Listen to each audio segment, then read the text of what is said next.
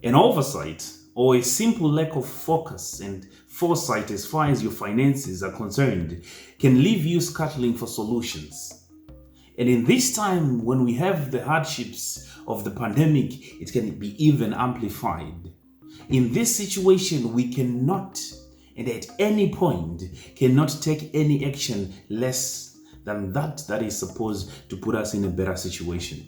We cannot continue making these common pitfalls that render us poor and uneducated as far as finance is concerned. That is the reason why this is the third week me and Tamara are going on a roadmap to educate and to inform so that when you realize it, at least you can take action, isn't it, Tamara?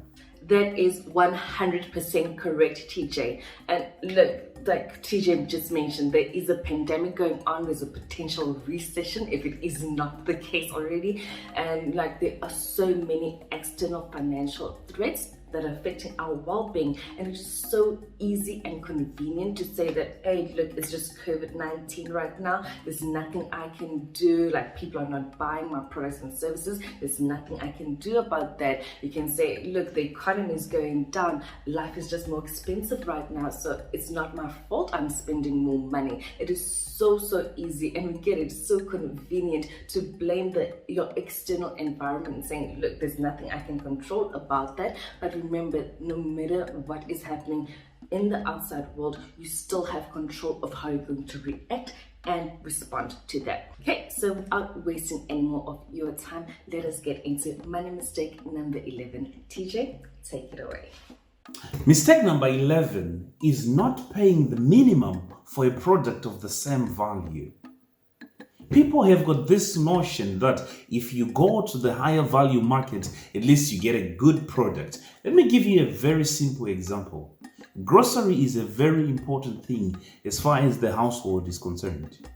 For me, I would rather go buy my vegetables at the market other than going to a supermarket to buy my vegetables. I want some tomatoes. What do? Do I go to the big supermarket and buy them where the price inflated? No. The option that I'm going to do, or something that is worthy that I'm going to do, is to go to the market and buy them at pump price. If you're on the road to financial independence, there is no need for you to be putting more money into the things of the same value that you can buy at a minimum price. So do not make this mistake. Why spend more for the same value? And you know what, TJ, like people always try to be more bougie than they can afford because they're trying to impress other people for absolutely no good reason. And that ties in so perfectly with money mistake number 12, which is going into debt to pay for a special celebration like your wedding or graduation or one of those special birthdays like your 21st or your 30th or your crown birthday. And remember that like those special birthdays are societal constructs that were made up by society and everyone just conformed to that, whereas there's absolutely nothing wrong with celebrating your 33rd or your 37th birthday as wildly as you would your 30th. There's nothing wrong with having a small wedding for your family and friends, like your closest family and friends, instead of inviting the entire neighborhood and extended family members and inviting your friends. Like, you cannot go into debt just so you can impress people and pretend like you're living this lavish lifestyle when in actual fact you are not, because at the end of the day, those people that you try to impress are not going to be there for you when you have to pay your rent. They're not going to contribute to paying off that 20 or 50k loan. So it is so much better just to either celebrate small or hold off your celebration until you are financially secure. She said yes. And I bought her one of the best rings in the... Nah. No, I truly support what Tamara just said. There's no need for us to spend unnecessarily on things that are not important. This brings us to mistake number 13. Thinking about the short term only, or vice versa, thinking about the long term only. Let me give you an example of a person who has been told that if you've got land, you're going to make loads and loads of money out of that land. That person saves each and every day, starving themselves of the best life and saving up for that kind of land. At a particular time, they've saved up enough money to buy the land. But when they arrive at buying the land, they are going to empty their bank. The moment they empty their bank, they've got nothing to put on the ground. So the land is just going to be docile. Nothing is going to be done on the land because there's no money for operation. So this is thinking long term, yes, but there should be a balance. Also coming back to the aspect of thinking short term. I'm thinking just on the daily basis on which I'm going to live. A person is supposed to have a balanced plan that puts in together the short term and also puts in the long term. At least at that moment we can talk about sustainable living. We can talk about a sustainable future in which we are going to be better. So do not make the mistake of thinking too much only for the short term or thinking too much about the long term, but have a balance so that it can become sustainable. And then money mistake number 14 is consistently spending all of the money that you earn or even more than what you earn. Okay, so imagine that you have this water bottle that has this huge hole at the bottom, and no matter how much water you pour in from the top, it's always dripping out. And just imagine if you had to close that water, that tap for instance, like all of the water will eventually run out.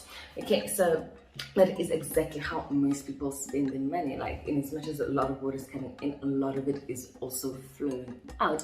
And look, we totally get it, like you have expenses to pay for at the end of the month, but remember that you can find smart ways to spend your money. So with regards to that water bottle analogy, you need to find a way to find a little duct tape and close of that, like at least a little bit of that hole at the bottom.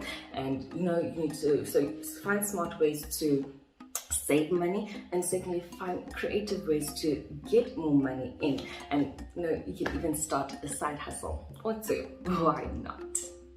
The richest man in Babylon stated that anytime that you get something, you gotta save at least 10% of it. So do not spend all that you earn. And what Tamara just said totally sums up the concept of the richest man in Babylon. Mistake number 15, do not depend on a single source of income. Income, earned income, portfolio income, passive income. Where are you? Do you have earned income, salaries and wages? Do you have portfolio income when you talk about real estate? Or do we have passive income when we talk about money that flows down to you because you've set up the system to get the finance? In any situation whichever level that you are at, do not depend on one income. Let me dial back a little bit down to the earned income, the salaries and the wages, since the majority of us depend on such. It's not an income. It's simply a living allowance. Let me repeat that again. It's simply a living allowance. Think of yourself as a child who's going to boarding school. You're only going to be given money that is only adequate, and that caters for the needs only for those 3 months that you're at school. So, a salary is not an income. Let's say that you have saved everything that you wanted to save and now you have invested. Again, it becomes portfolio income. And do not let it be only one investment, but also spread your wings. Do not put the baskets into the same eggs. Okay, let me repeat that. We say do not put all your eggs in one basket, because we don't want you to be always depending on one source of income. So at the end of the day, diversify, create other forms of income that can sustain you when it's a rainy day. This is the difference between the wealthy and us. Now we are on the road and we are driving so that we can get to the point that we say we are financially independent and we are going to avoid all these situations. That's right, guys. Spread your wings wide. Spread your wings wide. Okay, look, TJ and I really hope that you're enjoying this video series.